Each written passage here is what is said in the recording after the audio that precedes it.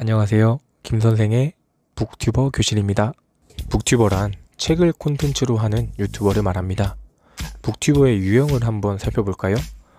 책을 읽고 핵심 내용과 느낀 점으로 소개하는 유튜버가 주를 이루고 있고요. 책을 읽어주는 ASMR 유튜버도 있습니다. 그리고 그러한 기본 툴을 가지고 채널 안에 다른 컨텐츠들을 추가시킵니다. 매일 아침 써봤니의 작가 김민식 PD님의 경우 함께 서점을 가서 책을 고르기도 하고, 우기부기님의 경우 자신만의 독서법을 소개하기도 합니다.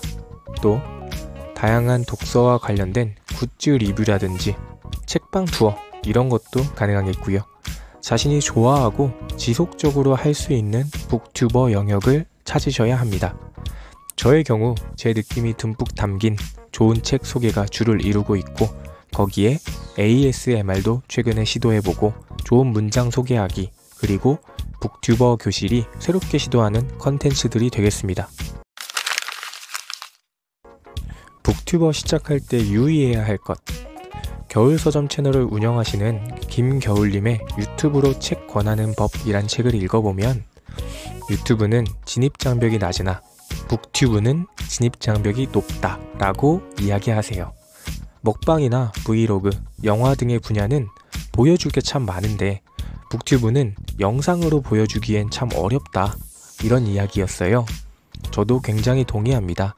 앞서 말했던 것처럼 책으로는 다양한 컨텐츠를 만들기가 생각보다 어려워요.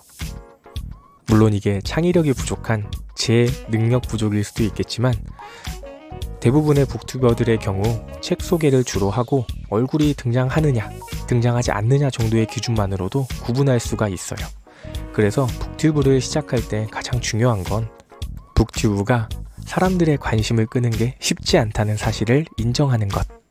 대신 목표는 크게 갖되 기대는 최대한 낮추자는 이야기죠.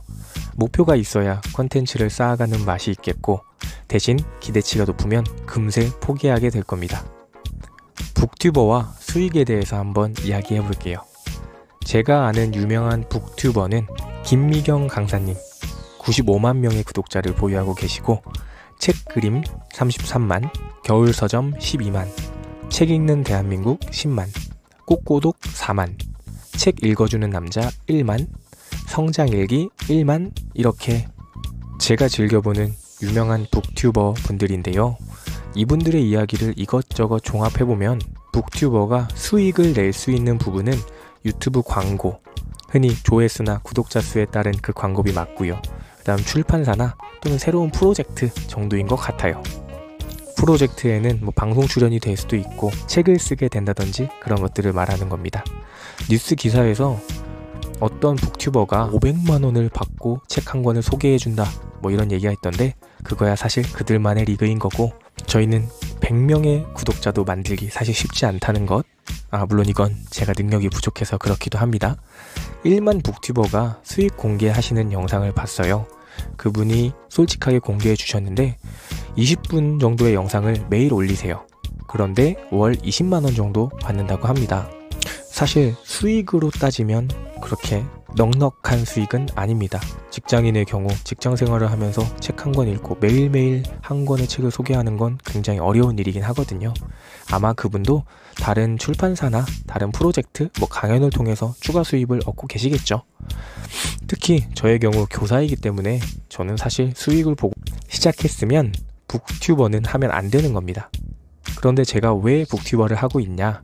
저는 저를 브랜딩해서 나중에 교사 중에서도 북튜버로 불리우면 도움이 되는 부분이 분명히 있을 거라 생각하고 뛰어든 거고요. 그렇기 때문에 여러분들께서도 취미생활로 시작할 수는 있지만 명확한 목표를 잡되 이런 수익적인 부분도 한 번쯤은 생각해 보셨으면 좋겠습니다.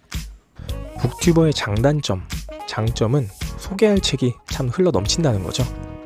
두 번째, 책 읽는 거 좋아하면 어렵지 않아요. 세 번째, 자기 개발에 아주 최적화되어 있습니다. 책 내용을 흡수할 수도 있고요.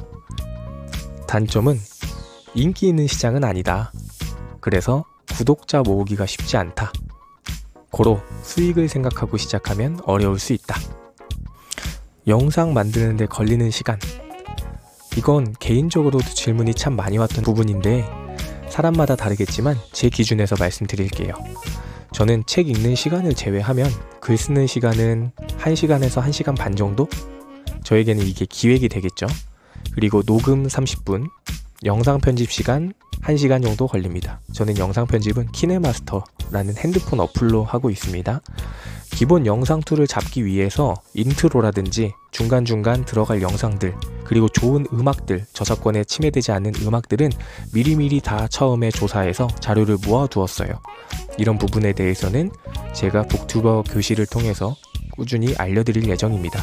마지막으로 썸네일 제작과 제목 고민에 한 30분 정도 투자를 합니다. 신사임당님께서도 강조하셨지만 썸네일과 제목이 참 중요한데 정말 어렵더라고요. 그래서 총 3시간에서 4시간 정도 걸린다고 생각하시면 됩니다. 물론 사람마다 다르겠죠? 그래서 책을 여러 권 읽은 뒤에 글을 쓰고 한 번에 녹음을 하고 그리고 한 번에 편집을 하려고 노력하는 편입니다. 사실 북튜버가 마냥 쉬운 건 아닌데 저 같은 경우는 책 읽는 것도 좋아하고 또 하나 완성해보니까 생각보다 소통하는 게 즐겁더라고요. 그래서 가장 중요한 건 앞 영상에서 얘기했던 특정 자기가 좋아하는 콘텐츠를 일주일에 2-3회씩 1-2년간 꾸준히 업로드하기, 이걸 본인이 할 수 있을지 생각해 보셔야 해요. 그 기본을 지키면서 자신만의 콘텐츠를 쌓아간다면 우리 모두 좋은 북튜버가 될 수 있지 않을까요?